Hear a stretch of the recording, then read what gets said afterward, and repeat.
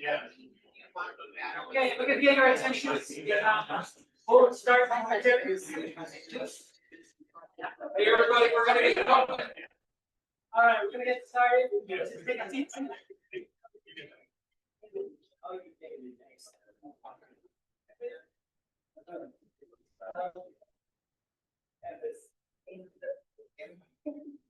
All right, welcome to the community meeting for the Moonlite Shopping Center. It's located at 2610 Real. My name is Steve. I'm senior planner, project planner for this project. Just real quick, this meeting is for the developers hosting and to get more feedback. I'll be back here to just take the feedback. But if you have questions on the city's process, entitlement process, or anything like that for me, keep it for the end of the meeting, or just my email contact will be on the presentation. Our consultant, environmental consultant, Shannon George, be back there to help with any environmental questions.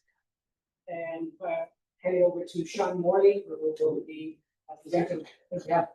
There is no microphone. I will unhook the freezer. They are environmental consultants. Environment? Yes. But yes, I will unhook the freezer. We have an addition, which is good for us, but after the meeting, so with that, I'll hand over to Sean. Yeah. Hi, everybody. My name is Sean Morley. We have a local company called the Morley Brothers. We work with a number of groups doing development throughout the Silicon Valley, trying to make better communities. I'm sort of the poster this evening and handling all the back of the house stuff. I'll help answer some questions. But I wanted to introduce you to the applicants, Toll Brothers. We have Nick Kosla, who is the Vice President of Forward Planning and Government Affairs. Ross Connolly, who's Forward Planning and Government Affairs Manager, will be doing the presentation tonight. And then Mike Allen with USA Properties, an affordable housing builder. And we are incorporating an affordable housing component into the community to create some good housing opportunities for a range of people in the community. With that, let me introduce again Rob, who will walk us through some slides. We've got a few quick presentation items. It is being recorded, so you can watch the video again if you want. There'll be some contact information.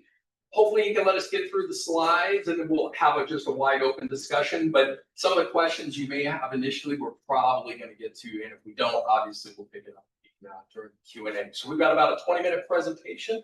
We have to talk as long as everybody wants to. Okay? Good. We'll take it away. Thank you, Sean.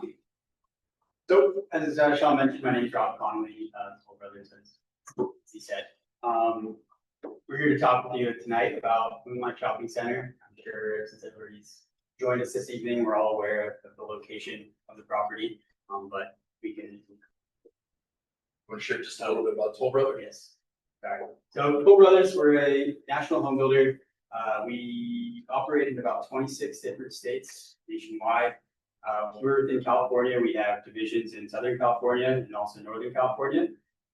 In Northern California, we have a presence in the core Silicon Valley, projects in Milpitas, Santa Clara, Los Gatos, Morgan Hill, and Pacifica, just to name a few. We've been operating in this area for several decades, and we do multiple projects a year, delivering several hundred homes every year. So we're pretty good at this. Yes. Anyways, our project site, sandwiched in between Kylie, Bow, and right along El Camino Real. Moonlite Shopping Center is just about 14.3 acres. It's a distressed shopping center at the moment, but we hope to turn it into a 601 unit mixed use development. Moving from El Camino Real to what we can call the back portion of the project, or the southern portion. That's what it will look like when you're done. This is just the site ground floor. We'll show you some images in a second. That's as big as we can make it for this. I think, Steve, is that right? Yes. Yeah, that's as big as we can get on the screen. You can put it. Okay. So the project is anchored along El Camino Real with three podium buildings. On moving from right to left, we have two market rate condominiums. So those will be 6 to 7 story podium, meaning there's 2 kind of ground floor units with stick framing above it. That will be roughly around 250 units comprised among the 2 of them. Both these buildings will have retail fronting El Camino Real. That kind of works inward along the plaza. We can get to the plaza in just a moment. And on the corner of Kylie and El Camino Real, we have approximately 66 unit affordable apartments. So the kind of standout portion of this project is that we have about 27%. We're offering about 27% of our overall project in affordable housing. We've been partnered with USA Property, so we'll get up here a little bit later and talk about that building specifically. So as you move from El Camino Real towards the southern portion of the property, the more neighborhood residential region, the project starts to scale down to be equivalent with the scale of the new development that's just behind it. So you'll have your podium buildings separated by an alley, and then they move into a 3-story townhome product that all has private 2-car garages. So all the stores are gonna be removed? The stores will be removed. We will be offering some commercial. The project is built out. And we'll show you where that's gonna be in a second. That total gray area is your is the property? Correct. Yes. So the project is anchored by the plaza that goes down, the middle of the project. And this is where residents can go to kind of work their way out to El Camino Real. The plaza is. And then parking's underneath the buildings? The parking will be underneath the condo buildings. And then also the townhome portion that's below that road will all have their own private garages for their cars. The site will also have about 90, give or take, guest parking spots to be provided throughout the community. Which part of it is condo and which part is townhome? Building A, So- go ahead, point. This is the first. This is the second condo building, and this is the affordable apartments. And then everything from here down is 3-story townhomes. So you can see these will be fronting the street, and then these will all be clustered with throughout. Is that facing El Camino? El Camino is just up here at the top. Yeah. And for a comparison, this product will look very similar to the new development that's just in this corner right So the there. bottom is like, bowling alley area? Or is that part of you? The bottom? This is the neighborhoods. Existing homes and existing. The Yeah. bowling alley would be in here. So the bowling alley's in the white, what used to be bowling alley's in the white. No. No. Yes. It's up. Well, yes, but it's all townhomes. I know, I Yeah, live there. right. Oh, no, okay. Yeah. So your home is, your home is on the bottom where that number 2 is, just on that southern side. Hey, Rob, are the condo buildings going to be for sale or rental? You know So that. building A and building B, these will be for sale, from 1 to 3 bedrooms. And then this will be all affordable apartments. Rental. Rental. Can you define affordable? We're gonna, hey guys, Okay. I'm just gonna check your questions for a second. Everything you're asking, we're gonna cover in the slides. If we don't, ask us at the end, okay? We've got about 8 more slides. It'll be way easier for us to just present it to you, and then it'll open up a bunch of questions. Can we Yeah, but do that? because it's so small, it's I hard. understand, but to let us just understand what talk you you're through saying. it, and we're gonna give you some images that hopefully will help. Trust me. If I'm wrong, you can give me at the end and we'll come back, okay? Go ahead. So this image here, you can see the podium project or the condos along El Camino Real. And as they step down, moving towards the back of the project to be more in line with the scale of the neighborhood that's directly behind it.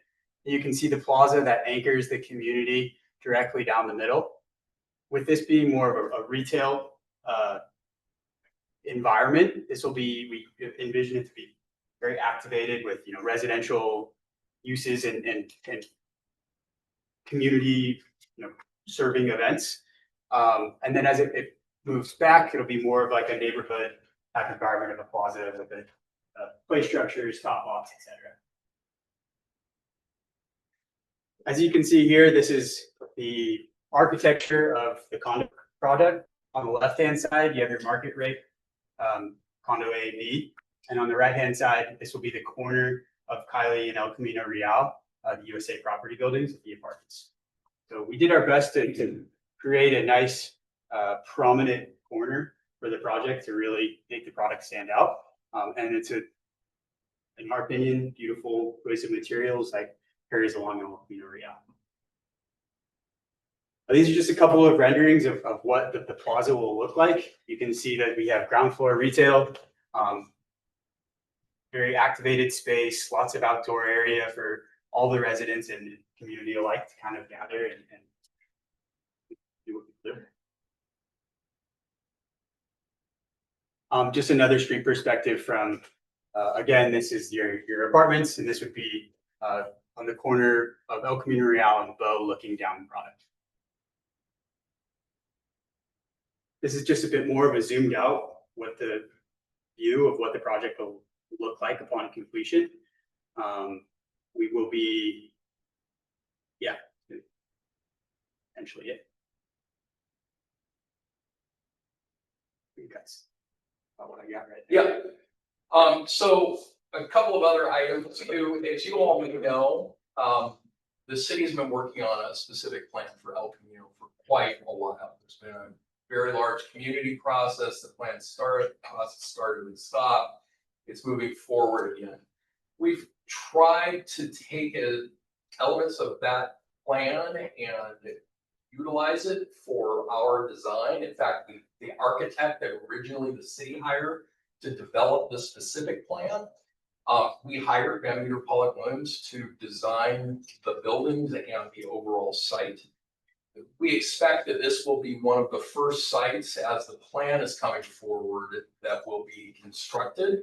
And so we really view it as a catalyst project with for sale housing that can create even, a newer and vibrant neighborhood within a wonderful community and area to live already, to help spur that larger community plan and the development the city foresees over the next couple of decades there. We have too, as Rob talked about, commercial opportunities as well as the plaza part of this exhibit, which we may want to come back to, helps demonstrate it a little bit as well in a little bit more detail, as well as a paseo that connects between the USA Properties building and our our condominiums, just so we don't get what's called super blocks, which are just long buildings that run down that don't have any break in them. It creates a much better urban and pedestrian experience for existing residents and neighborhoods meander through our community and find their way down.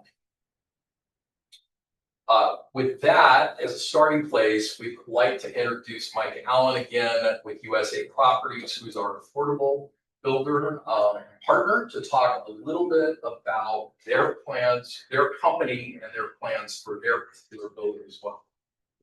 Is there a way? He tried to do it in there. Can't see the slides either. I was trying to see if we can make it bigger. Technical limitations. Yes. Well, good evening, everyone. I'm Mike Allen, represent USA Properties, who's the affordable builder on this project, in partnership with Toll.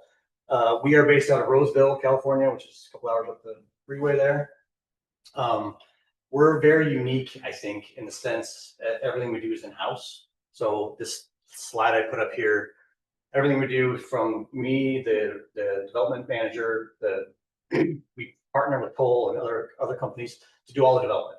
And then once that's done, we get the permits, we pass it off to our in-house construction company, who actually builds our building only. So Toll would build their own, we build our building here. Once the building's constructed, oops. Yeah, sorry, I lost. Of course. I was trying to we would see whether we had it on. Yeah. Keep going. Once the building's constructed, then we hand it off to our in-house property management company. That part's key. So we don't build it and then sell it to somebody else. We're very concerned and interested in how the building's designed because we're gonna have to manage it.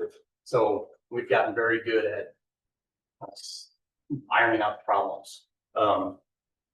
to make sure our building functions the way it's supposed to function. Do the next slide, Sean. Okay, this gives you a little snapshot of USA's presence. We're not as big as Toll. We're in 3 states. I'm very proud of, but we've got about 12,000. Actually, it's probably closer to 15,000 units, affordable units now, and counting. And that's spread over 90 communities. We've done this many times. We know what we're doing. Very good at it. And again, the 3 vertically integrated companies, the construction, the property management, and the in-house development. This is a snapshot of the Bay Area. It's hard to see, but you can see all these dots basically are our presence in the Bay Area with our various projects. And they're in different stages. The blue ones are built out. The orange ones are in due diligence, so they're in various stages. And you have one in Santa Clara. We do have, that one's actually not on here. It's right over here by the 49er Stadium that just got built. Oh, So- off Sarah Tomas Expressway. It's off, it's on, yeah, main line in Tasman. Oh, no. Yeah. And people are just moving in. They're just moving in. Yeah. We should have a ground or not groundbreaking, a Ribbon cutting? ribbon cutting in early December. What's People people are- about? Actually, excuse me, I can give you that. We name them at the end, so I know it is main line. So, but it's named something different. I can tell you. And what is what? In main line, Neighbor. I'll give you that. I can give you the name of it. That one's cool because it has parking stackers, which I think is pretty cool. Mechanical parking stackers. Anyways, the next slide here. One of the great things about affordable housing, somebody asked a question about what is affordable, what does that mean? We'll get into that in a second. But one of the services we provide is we partner with a company called Life Steps. So everybody that lives in our buildings is below the median income. It's at different levels. We have 30%, 50%, 60%, and 70%. So the area median income is the median income of this area. And as you all imagine, it's pretty high.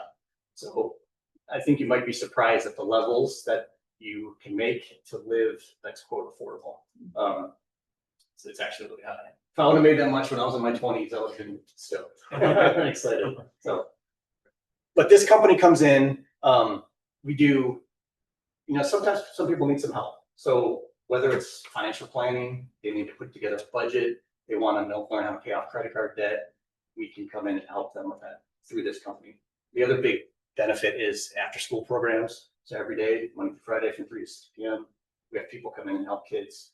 A lot of our tenants are working multiple jobs. They don't have time to, so their kids have a safe place to go. I would say that it would be In on the- site. On site. There's other things too, youth services, there's medical coaching, a whole bunch of stuff. So I'm really proud of this. And the goal of all that is to help people level up, right? Eventually they can move out and maybe get their own place one day. So I think this is a great program that we So you use. say you support the child. The family has to pay. No, this is all included. We do this all included for our tenants. Yeah. Next slide. Is it on there? Okay, so this one, I apologize again, it's hard to see, but we can have more conversations and this, I'm not sure if it'll be available. Yeah, It's recorded, so you can. So this is the income levels of Santa Clara County. So the income limits are here on the left. These are the percentage incomes in our building that we're proposing. So we have 30%, 50%. So if you think of like simple math, if the area median income is $100,000, a 70% income, you could only make $70,000, if that makes sense, in order to qualify to live in our building. So in this case, in Santa Clara County, for example, if you're a family of 4, so this is the household size. And then so if you're a family of 4, getting a 70% unit, you can make up to $129,000. So that's teachers, firefighters, so it's a lot of people can qualify for this. And 50% of our units are at this 70% level. So there's a different breakdown, I can go into further. But this gives you a flavor of, obviously this 30% unit, you can make up to $55,000 as a family of 4. And they have to qualify each year. We have a whole compliance department in-house. It's all regulated by the county. They have to redo it every year. So it's a big deal. So that's why we partner with Toll and that's why they partner with us. We take on this burden. I call it a blessing, but I think it's a great thing to help people.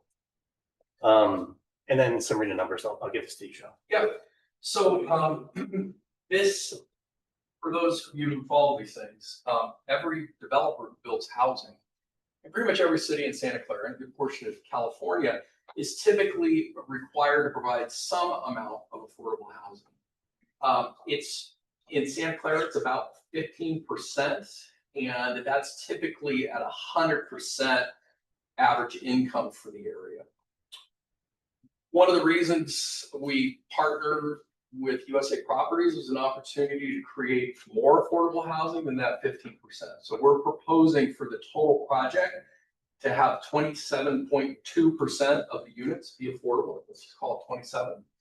And then much deeper affordability is what I talked about. So this is a really unique way to help the community address not only the housing crisis, but the affordable housing crisis and delivering more than might be otherwise required for the project. And we have 166 units in the building, 164 of which will be affordable. There are 2 manager apartments. That is, as we talked about, an 86% increase. So what the city would normally require, and much deeper affordability units. I think one of the interesting things is we hear a lot of talk about affordable housing and the requirements. The state establishes requirements that for the city to achieve. Roughly speaking, for the units that the city has to build or facilitate the construction on that are very low and low income targets, which are the hardest ones to achieve because it's so hard to build affordable housing. This development will provide about 5% of the total requirement for the city today. Something we're pretty proud of. People always want to know, where are we in the process? The short answer is we're a long way from anything actually getting constructed. We started the process in 2024 formally with the city by filing an application, a preliminary application called an SD 330 application, to allow us some more certainty under state rules to construct the project. We hopefully on a bit of an expedited basis. We filed our formal application about a year ago with the city, and we've gone through 3 rounds of technical development review where we submit a 130-page plan package, I think, and with a whole lot to make sure we're compliant with fire code, building code, public works, parks, and the city gives us comments, we revise, we do our homework a little bit better, they send us more comments. We're just now at the point where we think we have a pretty well-designed project that meets all the design requirements of the city. And now the process for the CEQA review, California Environmental Quality Act, environmental review is starting. Again, George and her colleague are here from David J. Powers. They work quite closely with the city. They'll be responsible for studying traffic and all sorts of things. But we expect, this is the applicant speaking, I don't speak for the city, that process will likely conclude. It will be ready for hearings by the Planning Commission and the City Council. We hope sometime in the second quarter next year. I'm guessing, call it early summer. There are a bunch of factors that can affect that, but at least that's what we're targeting internally. Presuming that we receive approvals from the city to move forward, we'll enter into about a year of what we call site development and preparation, where we do a bunch more planning and design to get building permits, put in infrastructure, everything that happens at a horizontal level. And then about a year after that, we would, over a 2 to 3 year period, begin to construct the site. We haven't figured out a construction phasing or timing or anything of the like. These are very large undertakings and they take some time. So we're starting, while we've met with a number of our neighbors informally, this is the first formal community meeting that we're having. You've got the notices in the mail. I think most of you probably be here, so we are thrilled that you have joined us. Well, we'll show this again. We want to chat with you as much as you have time to do so, and any questions you have tonight or later on. Steve Lee's here. I think a number of you have already communicated with him, our planner for the project. His information is on the right as well as mine. I talked to 3 or 4 neighbors today who couldn't be here, but wanted to chat a little bit. We were happy to talk with you on the phone, get you what information you need. Also, if you want to look at this presentation or other information about the project, including the plans that we've submitted, because we've only shown you a snapshot of some of the images, the city's website has a link to the project, and all of this information is available there. And we're happy to email it to anybody if you call. If we're looking for it on the website, it'll just be called like the Moonlite project. Yeah, you can Google it, and if on the business and development section, the city has a drop down for major projects. So again, you just look at the address, which is 2610, it pops right up. The screen will actually look just like this. Yeah, and we encourage you to do that. With that, we're happy to go back to any of the slides. We will have some questions from some of the folks that are in the audience. You may hear me interrupt at some point. If you're watching us remotely, and just to ask their question on their behalf, because they're just entering them, typing them in. Let's start with the audience that's here with us now. Nick and the team, along with I, will try to answer your questions best as we can. Some of them we might not be able to answer, and if that's the case, we'll try to get you a follow-up answer best we can. Okay. Gentleman with the hat. Let me give you an easy one. Yeah. What group are you with now? And I'm done with the Toll Brothers. Yeah, so Toll Brothers, I work for Toll Brothers. Yeah, You're part of the same group? I'm part of their team. My company's a separate company. And what is that? It's called the Morley Brothers. We're based in the Valley here. We work with a number of companies to help on development projects and work through city processes. You're promoting the project to the city? I'm one of the technical team members, and my job is to try to position it to get it approved. What else? So I missed the initial part of the presentation, maybe you already covered it. Is this all going to be single level condos? Or are they going to be like multi-level? Yeah, so let me just go back to the site again, plan again, just for those who may not have caught it before. Let me just go back to this image right here. El Camino is here. We have 6- and 7-story buildings consistent with the city's plan along El Camino, and they transition to 2.5- and 3-story condominiums, which are consistent with the townhomes that are consistent with the townhomes and the apartments right behind. So we expect that interface, those units are going to look very similar to what's there today. So the units they're going to be facing El Camino will be single. And then The building will be 6 and 7 stories tall. Each condominium will be on a single level. Yeah. Whereas the townhomes will be 2-story. and townhomes are behind the one. Correct. Condominium buildings here, townhomes behind. And then the parking is going to be at the counter. For the condominium buildings, below grade. For the townhomes, garages. Closed garages or open carports? Garages. Doors, garage doors. And the taller buildings, will they have like parks, looking on the top of the? Yeah, good question. Each of these buildings has internal courtyards. We've got some elements on the roof, but by and large courtyards. Let's go here. Can you elaborate on the commercial that you talked about? Yeah, let me go back to the commercial slide. And then Nick, I'll probably ask you to talk a little bit about this.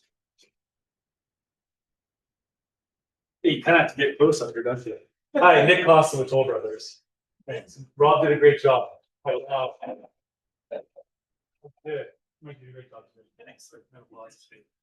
So for the commercial, we're proposing to do about 15,000 square feet of commercial space. And the way we've aligned it is along El Camino Real, we have at the ground floor of each condominium building will be about 7,500 square feet of commercial. That number could change, it could be less. We also have some lobby areas for our condominium buildings, also some lobby areas for the affordable. And then the reason we designed it this way is because a lot of folks, obviously, when you go to a cafe, you sit inside or you sit outside. If the weather's good, especially in Santa Clara, you're going to sit outside. You might take calls outside. So we programmed, it's about 3/4 of an acre, this plaza, so that the retail can kind of have that indoor outdoor space.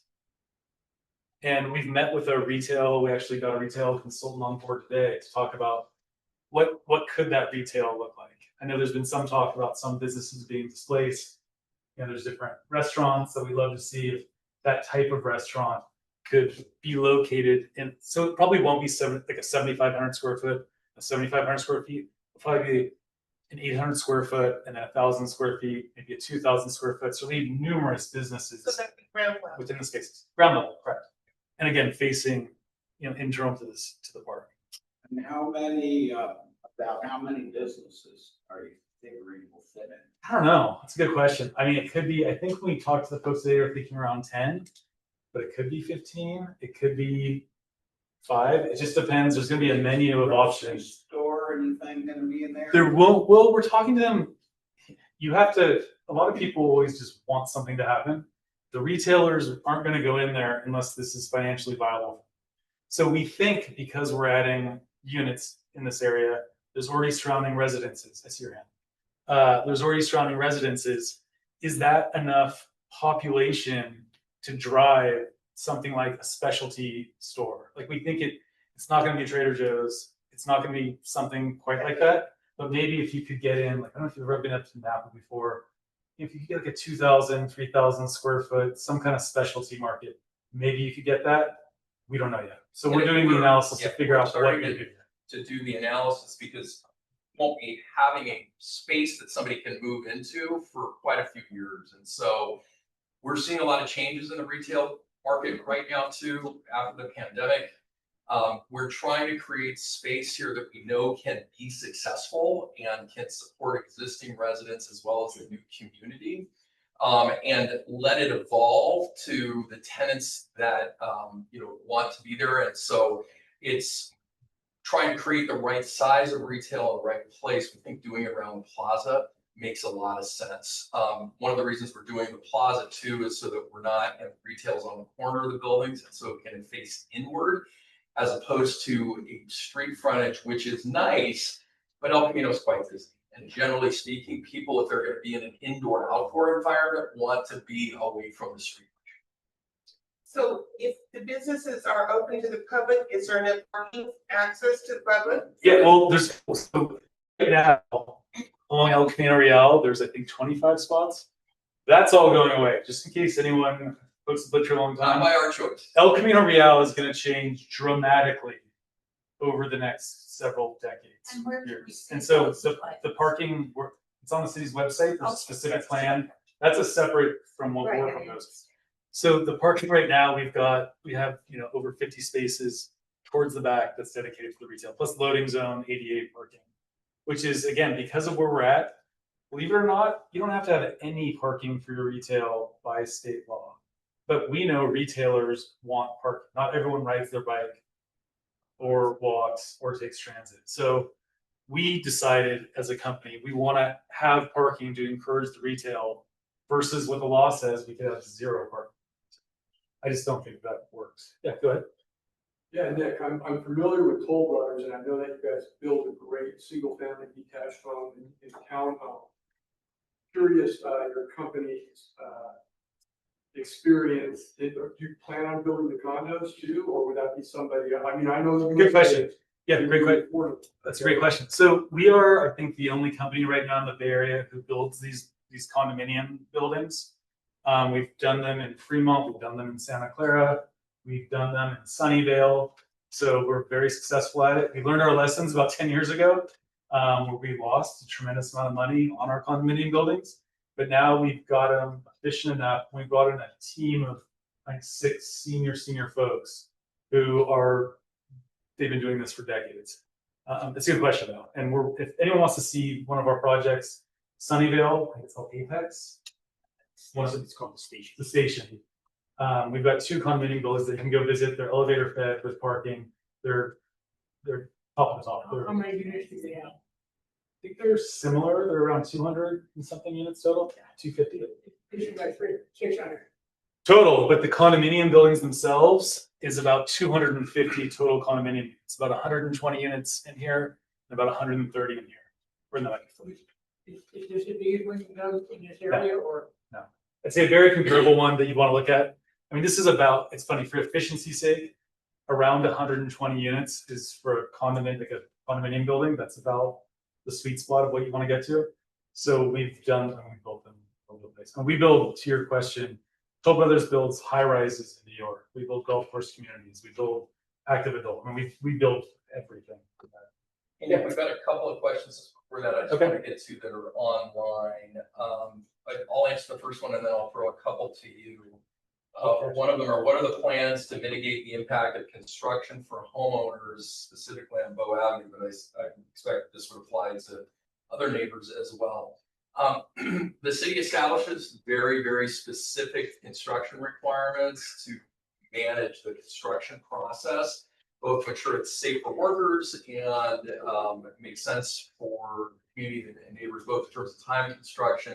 We'll end up developing a very detailed construction management plan. However, those requirements are imposed as part of our building permits as well as the planning approvals that we'll get. And quite a bit of it is studied through the environmental review process too, to ensure that we're meeting all of the state, federal, regional, and local rules and requirements. Toll Brothers has an excellent reputation for building projects in a way that is efficient and is sensitive to the surrounding neighbors as well.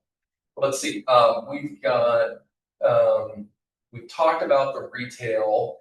We do have a question here that says, will the buildings A and C be rentals only? I think we've answered that. Buildings A and B will be for sale. Building C, the affordable building, will be rental. And then we've got some comments here. I won't review all those. We do have a couple related to from Nancy Coleman. This is for you, Nick. It says, why are none of the trees, she likes the project and especially the affordable housing. It says, why are none of the trees that are listed included native trees? So we've submitted a landscaping plan that the city will review, and I think there'll be back and forth.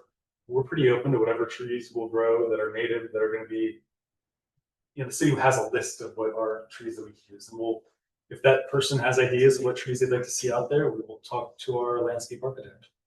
And then the second question is, how will the city address the increased traffic on El Camino Real? How will it handle? I think that's a larger specific planning question, but you can. Yeah, so for the project itself, there will be a traffic analysis. I don't know if we've got that traffic analysis finalized yet, but there's currently already traffic coming from the project. We'll take what that traffic is, versus what the traffic that our project will create. And our project might have less traffic, believe it or not, than what's currently out there, or it might have more. And if there's a delta, there'll be mitigations that have to be imposed in order to make sure that the traffic coming from our project is mitigated. And there's a variety of ways you can do that. If you look at the overall specific plan, I assume they are doing an EIR on that. And there's going to be, if the specific plan gets built out the way it's supposed to get built out, El Camino Real is going to change dramatically from what you see out there today. And that's with our project is not part of that specific plan. We came in before that specific plan hasn't been approved yet. And we're actually lower, the lowest density that you can get in there with the specific plan. So if we built this to the full capability of what's going to be allowed, this would blow your mind away how big this project could be. But we want to make sure, we want to be respectful. Since we have townhomes here, I don't want to put a giant 7-story building next to 3-story townhouses. So we tried to make sure that we feathered in, met what was existing, and then put the density along El Camino Real, which is consistent with the specific plan to get the density on El Camino. Here's another question too. Last one, then we'll go back to the audience here. How many parking spaces are planned for buildings A and C? And for the retail, we talked about where the parking is going to be for the retail. I have the answer on the parking for the buildings. For buildings A and B, we have 1.8 spaces per unit, and that gets to be about 140 spaces for each building. Affordable housing has about 1 space per unit, and that's 160 parking spaces. Generally speaking, actually not generally, actually consistent and slightly more than what the city parking requirements for the area. So we're not proposing to reduce parking, although certainly allowed to under state law and actually some city rules because of the location of the site being transportation. I would encourage you to lower those ratios. I hear you loud and clear. We respectfully disagree. And the reason for that is twofold. One, we want these places to be successful. This is a slightly reduced parking level, although it meets city standards. For what we often see for these kinds of units, we do what designed to meet what we think the market is going to be. But Toll Brothers wants the units to sell and be rented and be successful. And we also don't want to create a parking burden. And so meeting the city standards is the best way to do that. And so while we hear you You're loud not and clear, meeting the city standards. You could lower it. the city standards, they do allow it to go lower. They have a target and I just want to clarify they that. have You're not meeting the city four standards. sites that are slightly closer to mass transit. This You are allowed to is as reduce close it. as you can get to Yeah. mass transit. We are open to discussion on a lot of points. We I don't just want intend to to, clarify that. we don't intend to reduce. You need to be If honest I and misspoke, truthful here. I think I am. If I misspoke, I apologize. We are meeting what we believe to be the target city standard. The city does allow you to reduce in this area because it is closer to transportation. We're not electing to take advantage of that. I think it's good that you aren't pretending that by having less parking spaces, you'll do a good thing for the environment. Actually, all you're gonna do by having less parking spaces is to make it hard on everybody that lives around there. Because you go to any apartment complex or anything like that, everybody, everywhere around there suffers from it. Because people like you make that kind of decision. It's a legitimate policy. And this is Are you gonna put parking ratio, chargers in there? parking ratios are coming down. They are dramatically. Just to say, 5 years ago, 10 years ago, this would have been parked at a much higher level than even now. We're finding that people that are buying homes in this don't have as many cars because they're starting to take advantage of some of the transportation. It's a long evolution. We're pretty comfortable we've hit it right, it's fair to say. Before, because we've got a couple of folks who haven't asked questions, I see a hand or two. I want to make sure we get to the folks that haven't asked questions, then we can cycle back. Let's go here and then we'll go in the back and then over there. So I have two questions, based on what you said. One is, I'm wondering if you knew yet where the cars would come in and out around the perimeter, like how many ways in and out are there gonna be? And, because I'm thinking about, there's so many ways in right now.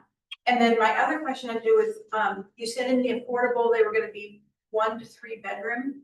And I was wondering about for the condos and for the townhouses, how many bedrooms in those, each of those types of units? We'll go from like last first. I think for the condo buildings, for 2 and 3 bedrooms. It's an even distribution of 1, 2s, and 3s. 1, 2s, and 3s. Spread throughout. For the access into the project, there will be access on Kylie and also along Bowie. There's no vehicular access along El Camino. I want to show where they're entering the garages. And then you're entering the garages for these buildings in the back. And then the size of the number of bedrooms in the town, is that also? They're like, I could count them to 2 to 3. In some cases, 2 to 3. During construction here, I live in Hold on. the Santa Clara campus. One second. And are you have special exits so you don't block Bow Avenue so we can get in and out of our places There will be the most robust traffic management plan that during construction? You will not be impeded. will be. Did you finish your question? You said you had 2. Yeah. You got What both. was the in and out, and the other was Good. the Can we go back? There you go. deviation from 4 stories to 6. I don't see 6 stories along El Camino until I get to Sunnyvale. You're going to. Yeah. So this is the radius. So the city's, But you have a choice. well, the city's specific plan for this area all along El Camino is being designed to allow, like a lot of communities in the valley, for much larger intensive. intensification, including along the thoroughfare taller buildings. So you're right, you've seen some 4-story buildings. This is proposed to be taller than those. Consistent with the plan, actually, though, on the lower range of what the plan ultimately may support. Today, it is harder to build, 10 and 11-story builds, but people may propose them. The plan in certain places, we didn't design the plan. We're trying to meet the spirit intent of it where we can, because it's not adopted yet. But it is certainly a trend that Santa Clara, like a lot of communities along these major thoroughfares, are moving towards. And you will likely see other developments like this proposed in the future. Are you having recharging stations built in there too? Yes, and yes. Yeah, and we're also, yes, and also the, all the garages be plumbed to car charging. But we don't know who has what kind of car. So some people will like to put a Tesla charger. Because that Some seems people like to it's put like a community thing. Yeah, the city requires the charging. Did we get all your questions? I wasn't sure if you had a follow-up. Do you have like a gray water plan, any kind of water, circulation? Not on the site itself. The city is moving from a citywide concept to have more what we call purple pipe, so recycled water. So we've offered the city to contribute towards that if they would like us to help. That'll be within the process. To get the line to the property. To get the line to the property, but that's a giant project the city's undertaking. I don't know where they're at on actually getting the recycled water. A lot of these cities will pay for it. They don't actually have a. There's actually a lot of water. Is there Say again? It's millions of dollars to connect the purple line to the site. So it could impact The cost of the project? your project. It increases the expenses. Yes. When you said purple pipe, you mean for landscape, using. Yeah. recycled water. Right. I did learn. Not that- yet for the. Well, I maybe I have too many questions. No, that's okay. However, I was delighted to hear that Levi Stadiums did a test of their plumbing. I wasn't involved in it. All the toilets are recycled water at Levi Stadium. So I can see the city, and I'd love to see us even have composted toilets in our own house. I mean, commercial standards are different than residential standards. Right, So but yeah, I understand. Okay, so I'm gonna preface this with, I grew up in the Bronx, New York. Todd was Toll House, very famous name in New York City. At least that was my childhood in the city. We saw it. I grew up on the first floor of a 5-story building, no elevator. I was lucky I lived on the first floor. My friends that lived 4th and 5, they had the stairs. Not only they had stairs, the neighbors could look out and at least see them. And I would personally like to support families having children. And right now, it's a dicey proposition. Major issue. It is, and I mean, so I would love to see it not more than 5. I live right near the construction on Calabasas in El Camino, and the one before it, and maybe it is too late. It's not you that we need to be talking to, it's to the city. I'd like to see maybe a wider sidewalk. And I am happy to see there are some trees. They claim to be a tree city. So, and what's the play area for children? The affordable housing is down there. Correct. I see that space there, but it seems bigger here. Well, so there's this, we've tried to spread the parks out as much as we could. And they also, the affordable building has their own programming for playgrounds and with on-site. So, and to your point, just to clarify, our buildings are only 5 stories of residential. There's parking underneath, but there's only 5. But we have elevators. So you don't have to walk all the way up to your friend's house. Okay, so There'll be stairs too, they get as an option. well, that's good. The water thing is the setback from El Camino. How far back are you, like the building on? What the city's required, because like It's 35. getting a little wider because we're putting in wider sidewalks. Well, that would be nice, because people like me that like to walk. Yeah. And they had a warning sign on the building, not your building, but, well, it's on El Camino for the workers. Be careful, you're entering a busy, street. And I thought, But the sidewalk will be much nicer after the project's built and we're That'll out make there, me much nicer. Can we come back? If you got more, I want to get a couple of, you have well, another. Go ahead. well, I'm not good with math and figures. I was just, and qualifying for things. I live in one of these houses that are crazy priced. But I don't have access unless I sell it, so I have what I have. And growing up in the city, my parents were fortunate enough to get a rent controlled apartment. So I called my brother the other day to find out what would we be classified today back in that day. He said the working poor, so I said, well, that would mean I'm living in my car or an RV out here. And there were 6 of us, parents, 4 kids, 1 bathroom and 2 bedrooms. I survived. I mean, I don't know why I made that statement. It's a major, there's a housing crisis in California. Yeah. Yeah. So when I came out, I was, oh my God, this is great. It's so beautiful out here. And there was a man, and at the time I said there was an older man, he probably was 50 or 60. I was in my 20s. He said to me very monotone, it's gone. It's all gone. And now I recognize it's even more all gone. And I know the city wants an express bus on El Camino. And moving right along. Hey, Jimmy, hold on 1 second, sir. Hold on, just 1 second. We've got a number. 41 units per acre is pretty good. It's not bad at all. You guys could cram a lot more traffic there. I appreciate that you did. Thanks for coming.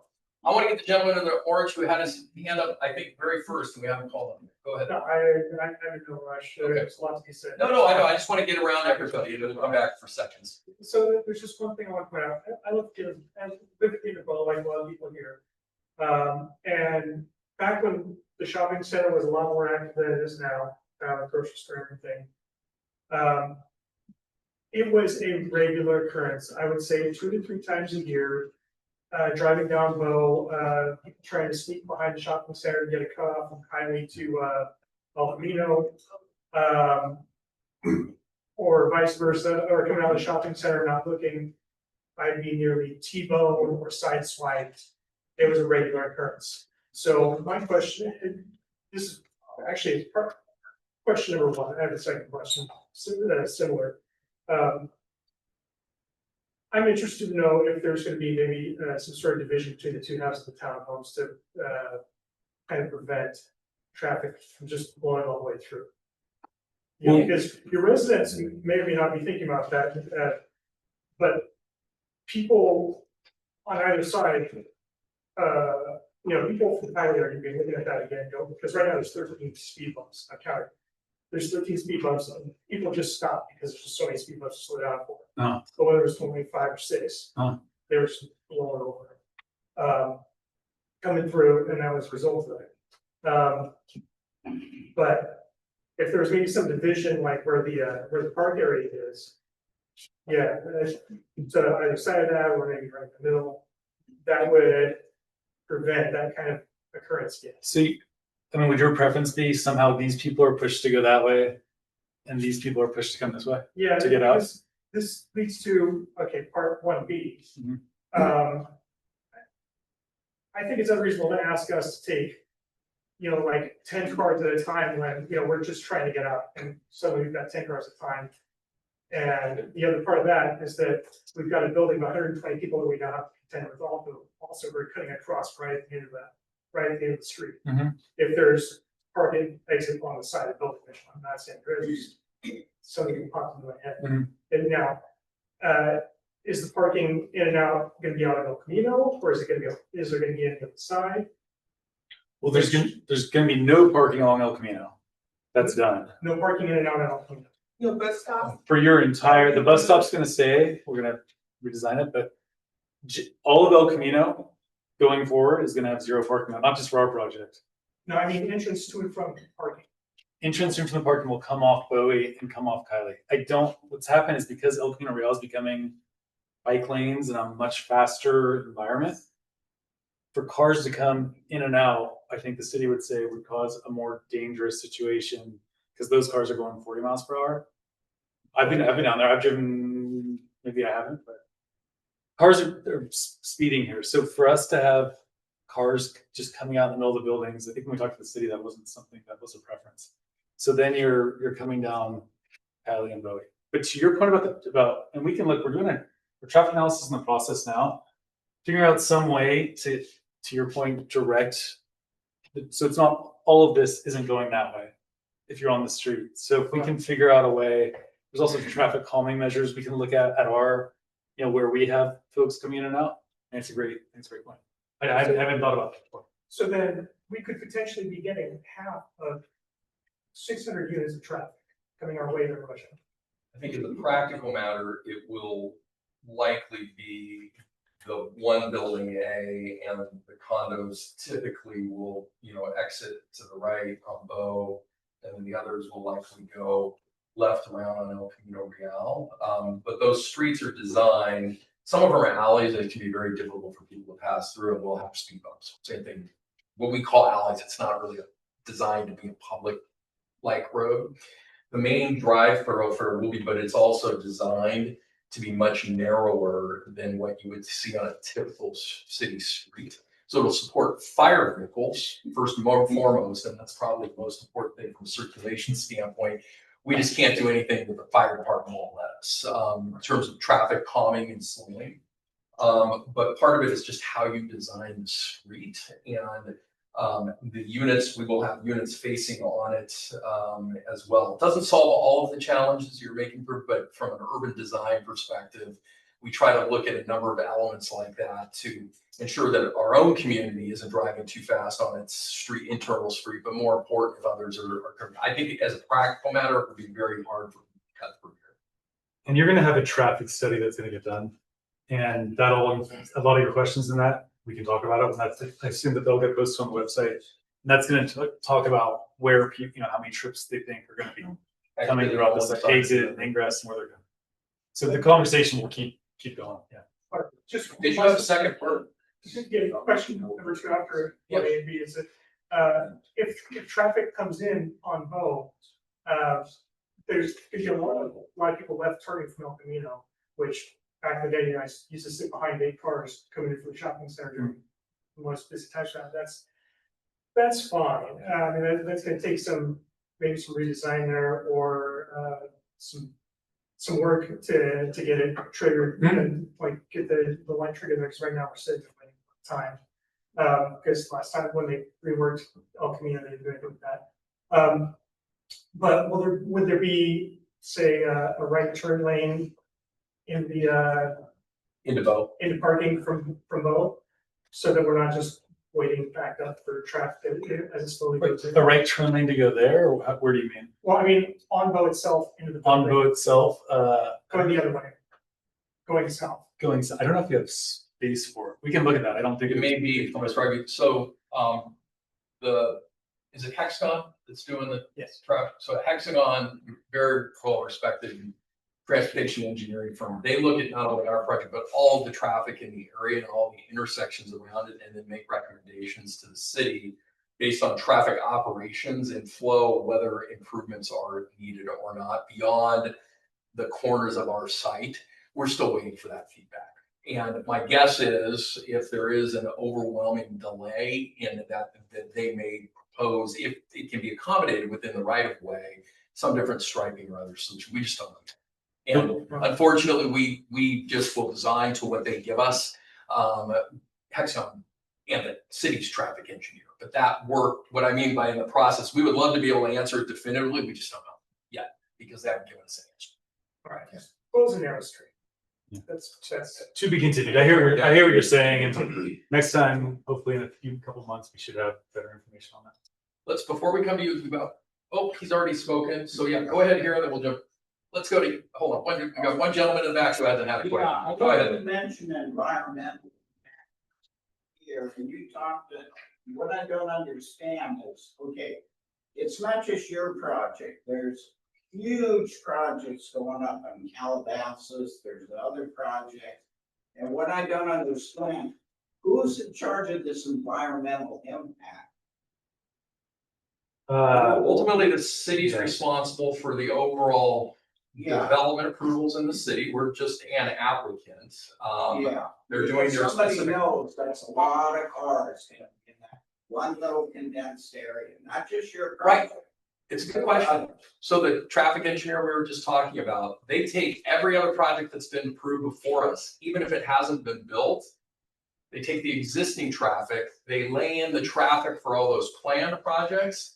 Then they look at ours on top of that and say to us, based on all of that, here's what you need to do to improve your specific area or help on some larger improvement somewhere else. But that's beyond what we as applicants can control, which is just the four corners of our site. And so we look for the city and the traffic professionals to give us direction about what we should do. So the city would be the one. Ultimately, the city's the one. Who Sorry. You said you have an environmental person here? What is- Private consulting firm working for the city. Okay, so do you work with environment We do the environmental analysis. for the city and then report it to them? Yes.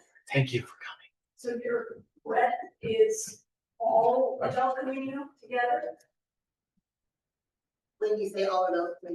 like from Lawrence all the way over to the So other. the city is actually doing an environmental assessment right now of that whole specific plan process. And so there is a separate CEQA study that goes in for that.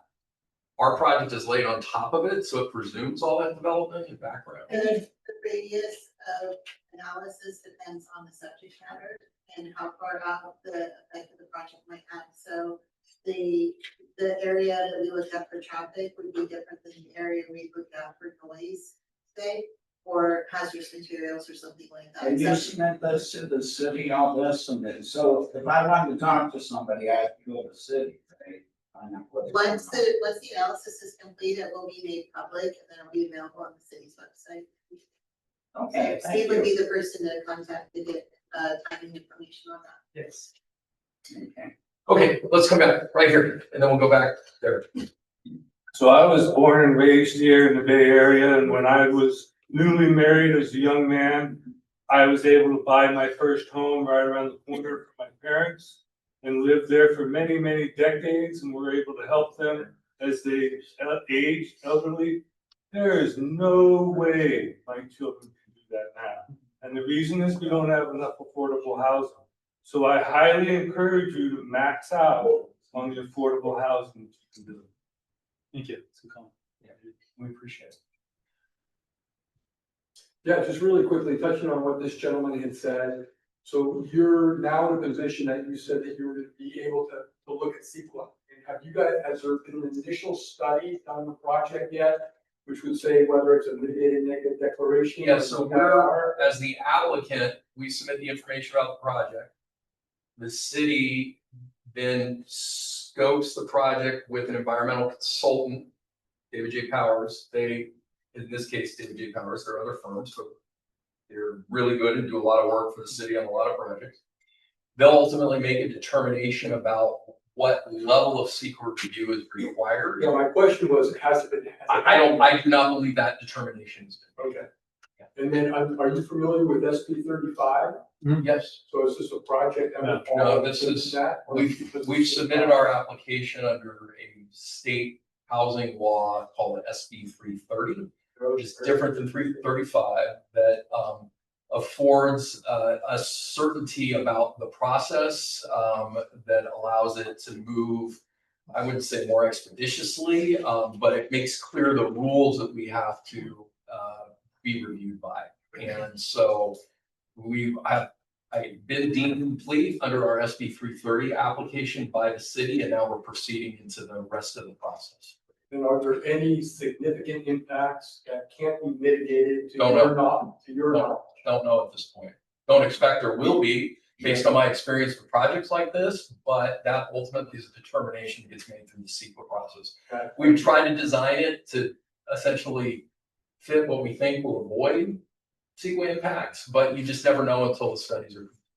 The last question to Toll, do you guys do gas, or is this gonna be all electric project?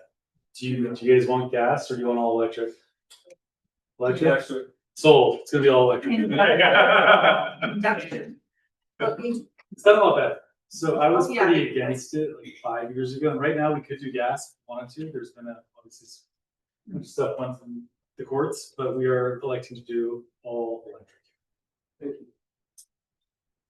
and educate us on induction. I don't know everything about it. There's a company that we team with, Rob would know better than I do, that Well, basically you're. as an elderly individual with 3 adult sons, and I took care of my mother with the gas stove that came home to her, heating up her bed over the flame. So you can't do that with an induction stove. No, an induction used to, the cooking used to not be as good as it is now. We're getting the entire. And they're getting It's much better. way better. Wait, Gen Air, I think is who we use, we partner with, because they're kind of the best that are doing it right now.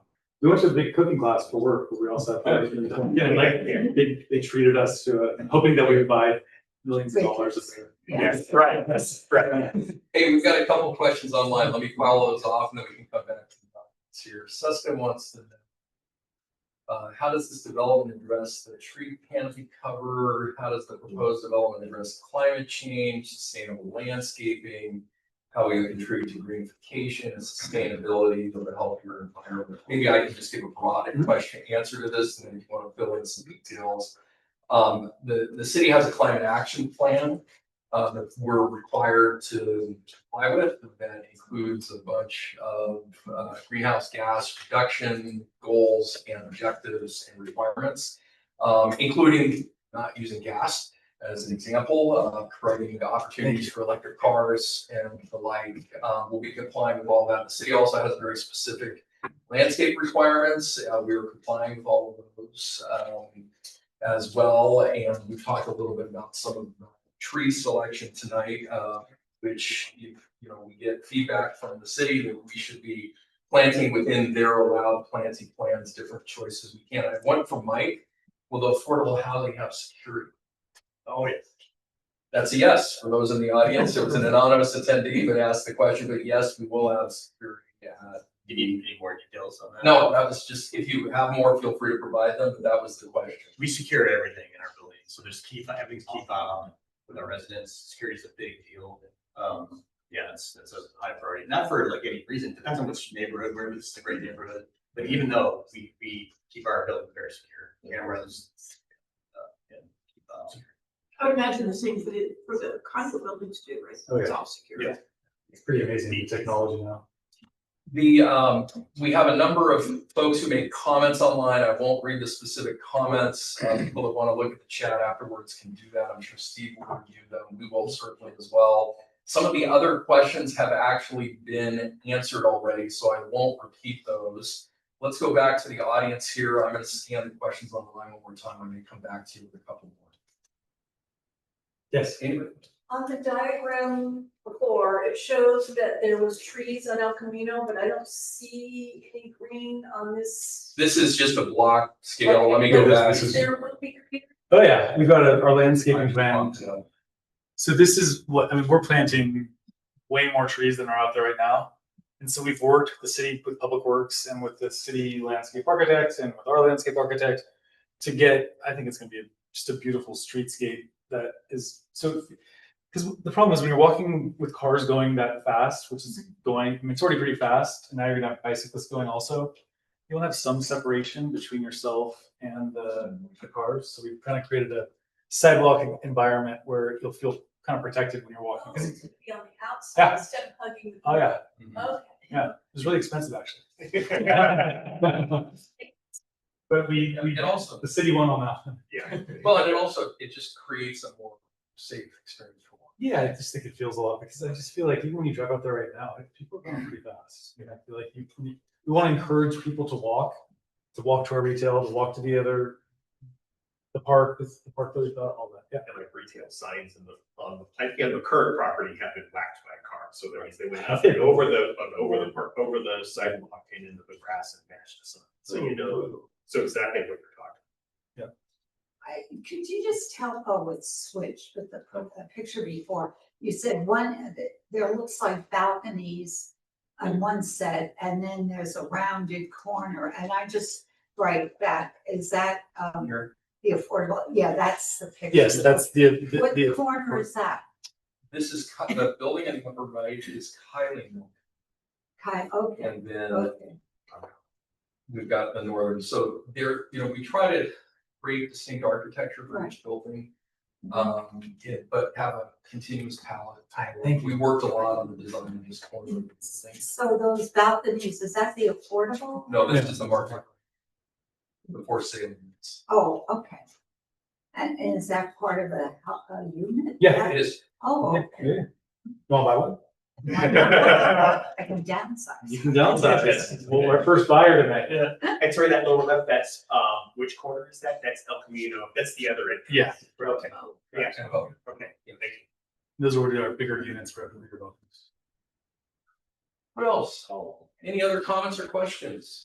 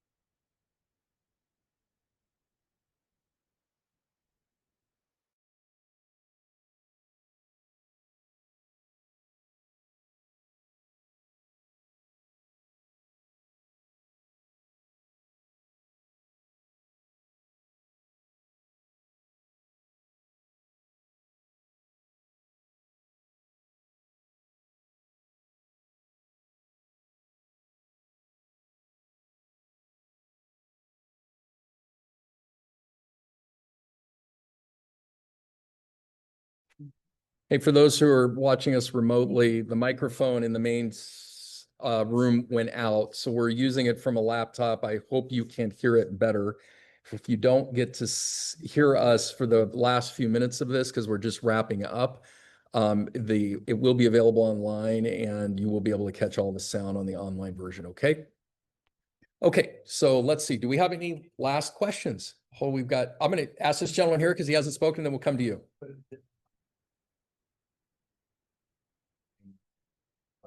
I know your guys' density is a lot lower than what the city is planning. Do you know by how much at all?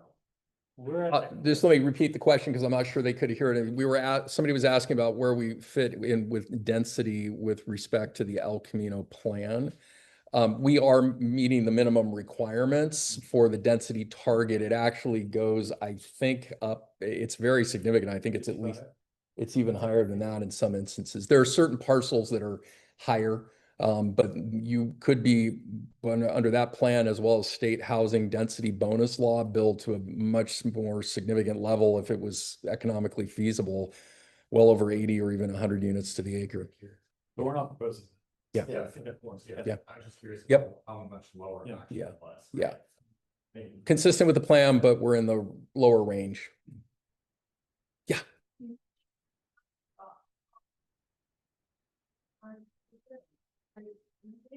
Yeah, I think that's in our latest plans. Yeah. I think that's in our plan. VTA specifies improvements typically for a project like this, and typically it's a covered bus stop. I don't remember the specification for this, but in every other development we've done in Silicon Valley, almost every one of them have had a cover.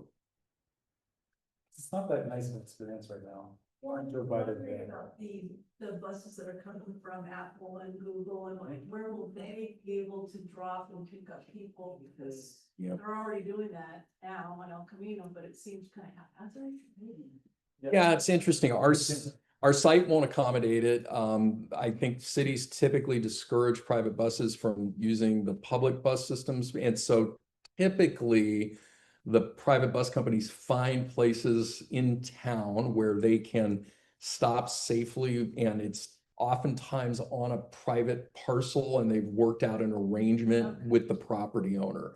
But our site won't accommodate that from a residential. We won't see any of those buses coming through there. Yeah. We don't see a huge benefit. Okay. What else? With that, I think maybe we'll wrap up. We will visit all of you. Oh, we have one more. On affordable housing units, those units? For rent. Rental. The rental unit. So is there a time frame attached to how long they're designated affordable? Is there like? It's a long time, but Mike can tell you specifically. 55 years. 55, yeah. So they're typically built with some state support through tax credits, and that's one of the requirements of the tax credit financing. And a certain percentage below average. Income levels? Yeah. What's the percentage? Yes, we have 70, so area median income is the standard that we look at in Santa Clara County. Then we provide, we try and get that 60, 50, and 30. Of 30% of more. Of area median income. It's all tied to the, yeah. Yes, you have to income qualify based on that. And there's a slide on there too you made. I'm not sure if you saw it in the beginning, but it's available. I also did that document specific plan where all the densities and everything is still, that's still. Has not been adopted by the city. Yeah, it has not been adopted by the city yet. It's still going through a community process. And I understand there's hope that it will come forward in the near future. Define that however you want, but we don't control that process. We just try to work as best we can within it. So all the hollow codes that designated 7 stories, 3 stories maximum or whatever, all that stuff is still yet to be decided. Correct. And this project comes in as still conceptual. Well, no, we're operating, because the plan hasn't been adopted, we're not required to comply with it. There is existing zoning on the property and we're complying with the existing zoning, which is actually for our property very similar to what is included in the specific plan. Okay, with that, I'm going to call the meeting closed, especially since our friends online can't quite hear us anymore. If you have questions and anybody has anything directly that they want from the applicant, I'm happy to give you one of my cards. Also, our information's online and you can always reach me by phone or email, and any of our team members can get a hold of you. Thank you very much for coming out. Thank you, everyone. Thanks, everybody.